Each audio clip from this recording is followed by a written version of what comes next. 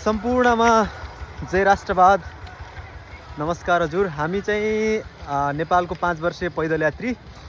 अहिले हामी चन्द्रौटा स्थित बुडिया गाउँमा छौँ। यहाँ चाहिँ आजको बास यतै हुनेछ। अब रात पनि पर्न लाग्दैछ, तपाईहरुले देखिराख्नु भएछ। यो यात्रामा चाहिँ नि असाध्यै कठिनाइहरू, समस्याहरू अथवा सङ्घर्षहरू गर्नुपर्नेछ, त्यो तपाईहरुलाई पनि अवगत छ।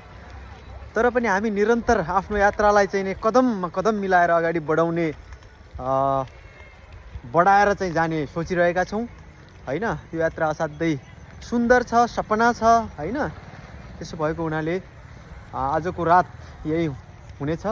यहाँको वातावरण पनि एकदमै रमाइलो छ। खेतीपाती योग्य जमिन छ। वरपर हेर्दाखेरि सबैतिर चाहिँ राम्रो छ। यो चन्द्रौटादेखि 500 मिटर भित्रको गाउँ हो। यसको गाउँको नाम चाहिँ बुडिया गाउँ हैन, बुडिया गाउँ हो। यो गाउँमा चाहिँ आज हामी बस्नेछौँ।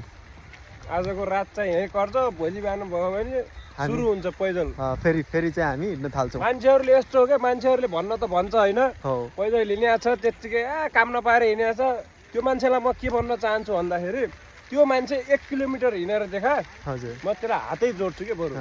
मान्छेले भन्न त भन्छ यस्तो यस्तो गरेर हिँडेको छ, यो यस्तो यस्तो गरेर हिँडेको छ भन्न त भन्छ, तर के उद्देश्यले हिँडेको छ यो मान्छे, के छ यसको, हुन्छ नि त्यही एउटा। त्यो मान्छेहरूले बुझ्दैन कि झन्डा बोकेछ हिँडेको छ, झन्डा बोकेछ हिँडेको छ।